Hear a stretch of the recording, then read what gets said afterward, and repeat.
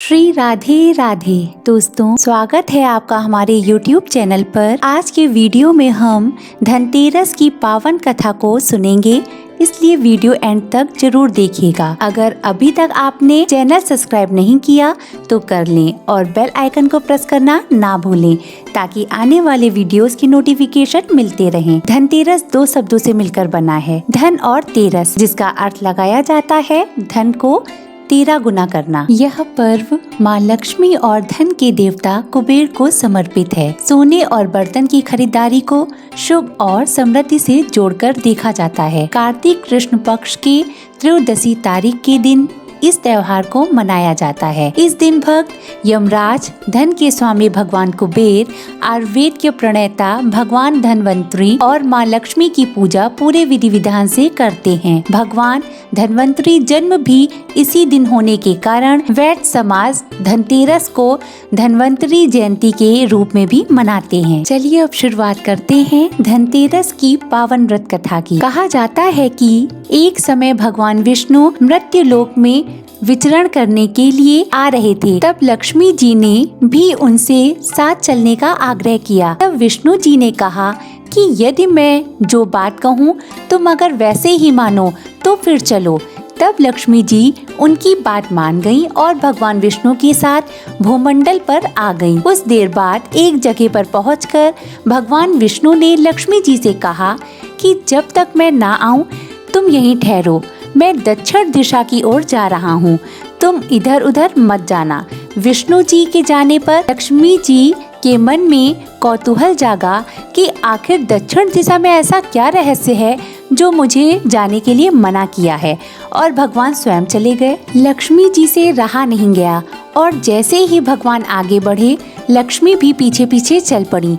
कुछ ही आगे जाने पर उन्हें सरसों का एक खेत दिखाई दिया जिसमें खूब फूल लगे हुए थे। सरसों की शोभा देखकर वह मंत्रमुग्ध हो गईं और फूल तोड़कर अपना श्रृंगार करने के बाद आगे बढ़ीं। आगे जाने पर एक गन्ने के खेत से लक्ष्मी जी गन्ने तोड़कर रस चूसने लगीं। उसी क्षण विष्णु जी आए और यह देख लक्ष्मी जी पर नाराज होकर उन्हें श्राप दे दिया कि तुम्हें इधर आने को मना किया था पर तुम ना मानी और किसान की चोरी का अपराध कर बैठी। अब तुम इस अपराध के जुर्म में इस किसान की 12 वर्ष तक सेवा करोगी। ऐसा कहकर भगवान उन्हें छोड़कर क्षीर सागर चले गए। तब लक्ष्मी जी उस गरीब किसान के घर रहने लगी। एक दिन लक्ष्मी जी ने उस किसान की पत्नी से कहा कि तुम स्नान कर पहले मेरी बनाई हुई इस देवी लक्ष्मी का पूजन करो, फिर रसोई बनाना, तब तुम जो मांगोगी मिलेगा।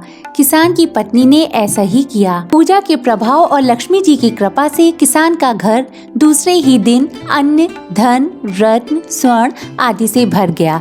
लक्ष्मी ने किसान को धन धान्य से पूर्ण कर दिया। किसान के 12 वर्ष बड़े आनंद से कट गए। फिर 12 वर्ष के बाद लक्ष्मी जी के जाने की तैयारी शुरू हुई। विष्णु जी लक्ष्मी जी को लेने के लिए आए तो किसान ने उन्हें भेजने से इनकार कर दिया। तब भगवान ने किसान से कहा कि इन्हें कौन जाने देता है, यह तो चंचला हैं, कहीं नहीं ठहरती, इनको बड़े बड़े नहीं रोक सके। इनको मेरा श्राप था इसलिए 12 वर्ष तक तुम्हारी सेवा कर रही थी। तुम्हारी 12 वर्ष की सेवा का समय पूरा हो चुका है। किसान हठपूर्वक बोला कि नहीं, अब मैं लक्ष्मी जी को जाने नहीं दूंगा। तब लक्ष्मी जी ने कहा कि हे किसान, तुम मुझे रोकना चाहते हो तो जो मैं कहूँ वैसा करो। कल तेरस है, तुम कल घर को लीप पोत कर स्वच्छ करना, रात्रि में घी का दीपक जला कर रखना और सायंकाल मेरा पूजन करना और एक तांबे के कलश में रुपए भरकर मेरे लिए रखना। मैं उस कलश में निवास करूंगी, किंतु पूजा के समय मैं तुम्हें दिखाई नहीं दूंगी। इस एक दिन की पूजा से वर्ष भर मैं तुम्हारे घर से नहीं जाऊंगी। यह कहकर वह दीपकों के प्रकाश के साथ 10 दिशाओं में फैल गईं। अगले दिन किसान ने लक्ष्मी जी की कथानुसार पूजन किया। उसका घर धन धान्य से पूर्ण हो गया। इसी वजह से हर वर्ष तेरस के दिन लक्ष्मी जी की पूजा होने लगी। इस प्रकार धनतेरस की पावन कथा समाप्त हुई।